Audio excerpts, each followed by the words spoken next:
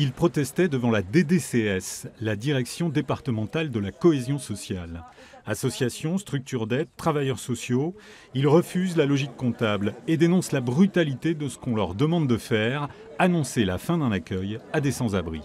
Nous, ce qu'on voulait vraiment dire, c'est l'indignation de nous demander, nous, entre guillemets, de faire le sale boulot.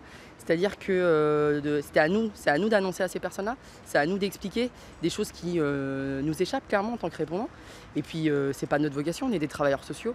Notre éthique professionnelle, nos valeurs, elles sont pas voilà, d'appeler des gens et leur dire bon, dans 1000 jours c'est terminé, mais parce qu'il n'y a plus de sous. On a l'impression de deux vérités, une vérité des chiffres, une vérité que je dirais un peu technocratique, de gestion de dossiers, et puis une vérité de terrain, une vérité humaine, celle que rencontrent les professionnels, notamment qui ont à faire tous les jours, et je dirais en toute saison, parce que nos concitoyens s'intéressent souvent à ces sujets-là lors des périodes de grand froid.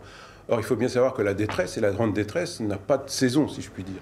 La préfecture rappelle que l'hébergement en hôtel doit être temporaire, à court terme, et que la solution, c'est un accueil et une prise en charge d'accompagnement sur le long terme.